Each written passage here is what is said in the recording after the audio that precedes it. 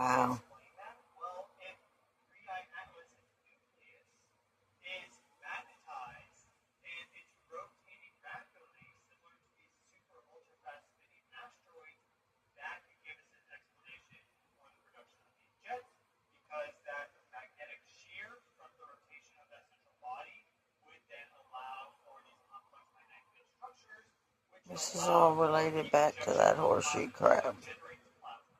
That whole rotation aspect generates plasma. We see It's the that with the sun. oldest We see creature that on the with planet. Jupiter. We see that with the Earth. Outer gas This is giants. the They're Crab all Nebula. central bodies that are This is magnetized, actually where all rotating, and things they come have from, plasmospheres to them. So this is a where really this exciting discovery 3I out Atlas came of from. Chile. And let's just look at some of the main Now asteroids look that at they it. found. We Really have look at 5 it. main spinners here. It has The eyes, 2025 NV71 heads. a Remember big Ninetail? asteroid, The 900 Asian meters lore? in diameter and a spin period of 13 Let's minutes. think We about take that for a most while. of these values here pretty accurately because their air rates on them are very, very, very low. I can only say so much. I try Super cool stuff. get 2025 you all the information I NS25, can. estimated diameter 710 meters, spinning once on its rotation axis in less than 2 minutes, 1.88 minutes. This is one Wow. of the fastest ones found, along with 2025 NJ71 spinning at less than 1.92 minutes, 120 meters in diameter, so quite a bit smaller than 45, but still a large asteroid. Not one that's into the Earth. And this is a near Earth asteroid as well, so this one does get close to the planet. We also have 2025 NG56, has an estimated diameter of 660 meters, a spin period of 16 minutes, and then MK41 with a spin period of 3.75 meters at a size of 540 meters in diameter. So these are big asteroids spinning very fast. They break the spin barrier dramatically, not just by a little bit. Oh, they spin once every hour. No, dramatically, less than 2 minutes for some of these. And then this shows that they are made up of materials that are able to resist the shear forces from that intense angular velocity momentum that is, of the object itself because it's spinning so rapidly. So, in the paper that was released for this, which is linked in the description, I recommend you read it yourself. It's interesting. They talk about these asteroids being made up of clay or rock-like materials, but also metal, of course, will fall in there, and that would have enough tensile strength to keep these things together. Because a lot of asteroids are actually kind of like loose clumps of smaller little planetesimals and material, and they're held together by gravitational forces, but they're not that strong, and or electrostatic forces. And if you have a fast enough spin on them, it would just kind of fling these things apart because they're not really that cemented together, though the bigger ones are. But you need a high enough bulk density to these things for them to help hold together, because if there's a lot of volatiles like water and ice and things of that nature, it's spinning really fast, it's just going to go off like this. Here we can see these asteroids, these 5 asteroids in particular. I plotted them here, and you see that they're all in the same part of the sky because that's where the Variety Rubin Observatory is looking in 2025 for Look this. at that. This is just some of the first initial data coming out, so expect a lot more groundbreaking discoveries from that telescope over the next, not even years, but next few months, honestly. So it's really, really cool. Fully coming online in 2026. And so you see that they're all main belt asteroids, various inclinations and eccentricities to their orbit. Nothing super, super crazy. And what we see is that you get these jets formed by these centralized, spinning, magnetized bodies. And so if we can look here, we see an entire galaxy producing astrophysical jets. This is Taurus A here. And you see those massive jets coming off of it, which is really quite mind-blowing. To think about the scale of this. I mean, this is an entire galaxy, but there are processes that exist at that scale, right? This is hundreds of thousands of light years. There are processes at that scale that create these jets. And so this shows that this is some base physics of our reality, in that you have, this galaxy is rotating, right? And in the core, you have a lot more stars and maybe some black holes. And they are rotating themselves at a smaller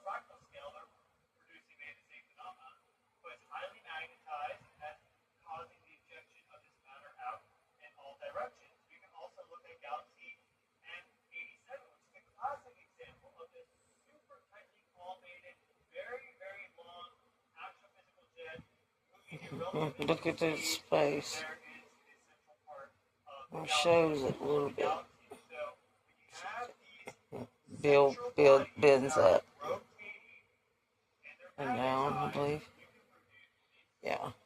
jets. We also see that with the 3IATLAS. Here we'll look at it in a Look variety at that. of different wavelengths of light. This is radio wavelengths. This was produced by the supernova in 1054 AD. So SN 1054. Here we're looking at the Crown Nebula in infrared now, and at these lower wavelengths, lower frequencies of light. Look at that. We just see kind of the shock waves. But as we go You up see that face? via Hubble, you'll start to see these jets, and it really shows up nicely in X-ray wavelengths. So check this out. When it goes to Like X-ray, right there. or ultraviolet, we can start to see a little bit of the jet activity in the central core there. What we got going on here? But once we get to the Chandra data, you'll see this jet there. There's the nine tails. Different So it actually has like the bird faces. Long hook. Right the there. central body The horseshoe. emanating out. So we see this everywhere across the universe, at large scales, at small scales, and maybe The we can call it faces. at the smallest scale. Different bird heads. Interstellar object 3IATLAS. Here we can look at some recent data via Hubble. And look at these two big eyes. Gee whiz, that's huge. Look at that cute little thing right there. Look at that little one. I mean, this is heading our way, guys. There's going to be some major storms. I watched some millipede looking one pull off of Northern America today. This one by far being the strongest. But then if you go over to December 27, you see how they change. And now we have three basically equal jets and roughly spaced 120 degrees apart. This is quite bizarre. It's not like we never see jets on comets or tails on comets and stuff, but in general we don't see them like this. And we have to remember comets in our solar system, as far as we know, they're very, very low in their whole densities, mostly like water and volatiles and just like methane and CO2 and stuff. There's really not much to them. I mean, there's a little bit of metal and such, but in general, they have very low full density. They're spinning quickly. They're going to shear apart. So for an asteroid that is mostly metallic, you can have it break that a spin limit. But for a comet, you're not going to get that. Interstellar object 3IATLAS seems to be quite a bit different. Here we see more data processed by Tony from January 7th of this year, 2026. We see the sunward-facing tail, very tightly collimated, going in a similar direction. Very, very bizarre. To have that both going toward the sun and then also leaving the sun both times, you had this sunward-facing tail or this anti-tail. And if we look at some more processing by it, same data set, we see again more jets appear, not just the sunward-facing tail, but other jets surrounding the nucleus of interstellar object 3IATLAS. So the missing puzzle piece, and I've been thinking about this for a while, and this new data out of the Verity Room Observatory coming out just in the past couple days finally helped me to really see the full picture, and that's what I'm relaying to you, is that it appears to me that 3IATLAS is magnetized. And I talked about this before and how certain astrophysical processes can actually produce magnetite, especially in the interstellar environment. You can get the natural production of magnetite, which is magnetic. And we see this enhanced amount of nickel with interstellar object 3IATLAS, and there's iron and all this stuff. It can be magnetized. Maybe it's highly magnetized. We don't know what it is, whether it was produced like a comet in our solar system at the outer edge, then flung out, or maybe it Behind his head. part of an exoplanet, and it's actually part of the magnetic core. But plane got ripped apart. Look at that, Snuffleupagus. A highly magnetized body. He's got a whole slew of friends with him. But you can see him back there if you move his head. But you can see it over here too. Invisible one. And the cat behind his head. Of about 15 to 16 hours, but a lot of that data is because the coma is super opaque, and I'm not sure how easy But look at his wings. You see that? changes to the apparent magnitude of the actual nucleus of 3IATLAS. Look at that. It's moving. Coma.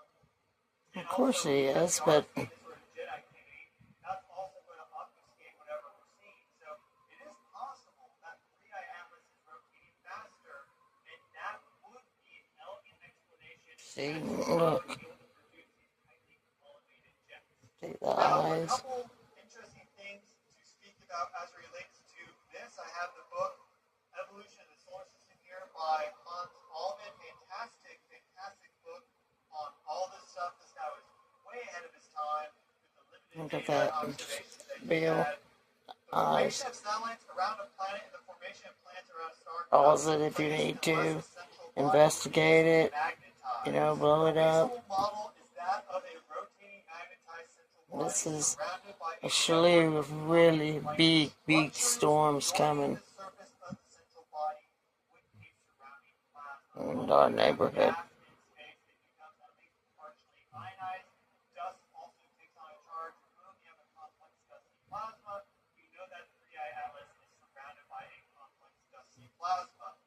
If you have this rotating magnetized central body, it's going to be joined to that complex density plasma coma by these plummet-like structures, and that helps there to be a transfer of angular momentum and energy from the central body to that complex density plasma cloud. The transfer of angular momentum is achieved through processes in this plasma. There is a system of strong electric currents flowing in the plasma, which results in filamentary structures. Also says the stars will fall to the ground. Regions, and the filaments have a density that is orders of magnitude larger and a temperature that's much lower than those of the surrounding medium. There's the star, man. There he is. He dances like.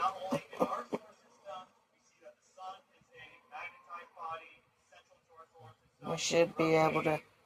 And God said that if anyone tells you the Messiah is here or he is there, that it's not him. He says everyone will know when I am there. You will physically see him. But he says you have to look up. You have to come out. We're supposed to get 15 minutes a day at least out in the early morning sun. Doesn't have to be the early morning sun, but anywhere from 10 to 12, I believe it is, the best hours. But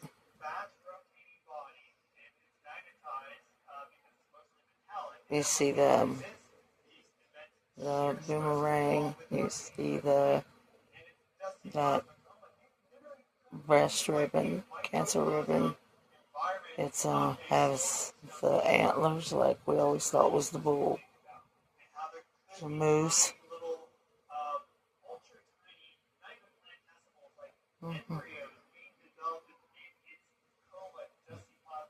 Upside down triangle. 1, 2, 3. That's his feet. It's God's symbol. I wish I could see it better.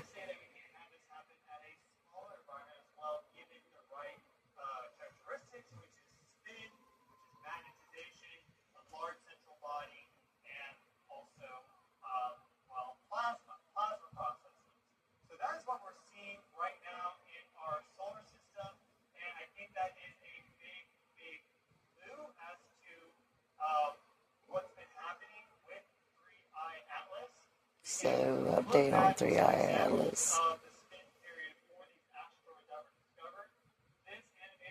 We're supposed to get to, look at that cube. Did you see that cube there? That's a cube. I've seen about 200 of them after Elon Musk blew a hole in the firmament.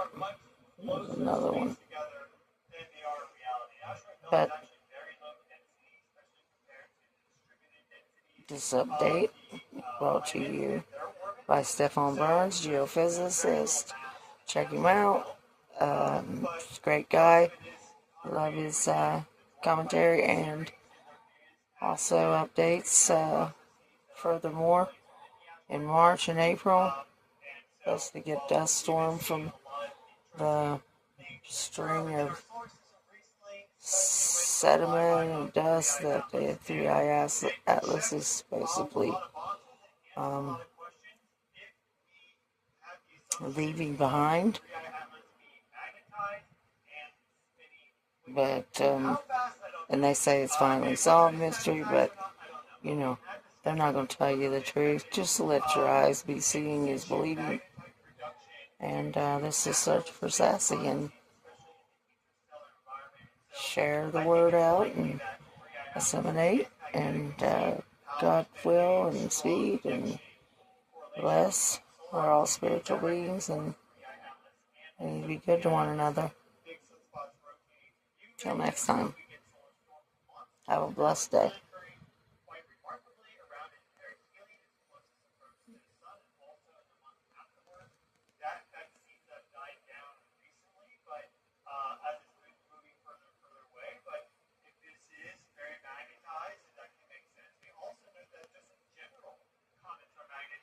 Because of all the gas and dust that they produce, it ionizes and creates an ionopause, magnetopause around the comet, and if there's a big solar storm impact, that magnetopause can go from strength of like 50 nanotesla up to like 300 nanotesla.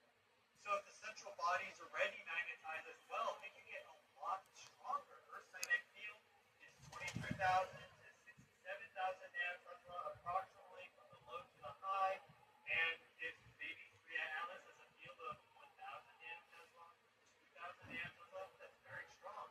Mercury's magnetic field is 1/100 the strength of Earth's, right? So if you have 3IATLAS getting up to 1,000, 2,000 nanotesla because it's centrally magnetized, perhaps even greater, then that could really affect the electrodynamic circuit of the solar system. I think that's exactly what we're seeing now.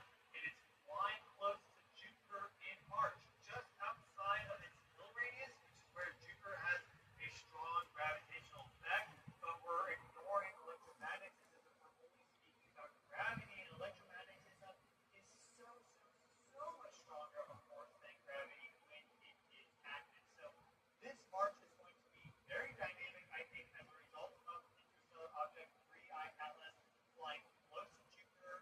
We'll have to wait and see what happens then, but I'm not just immediately ruling anything out personally. We are also be flying through the debris stream of 3IATLAS, whether it's dense or not that dense, in March and April. So that's all converging around that time. So I will keep you up to date on everything that's happening. Thank you, Jill.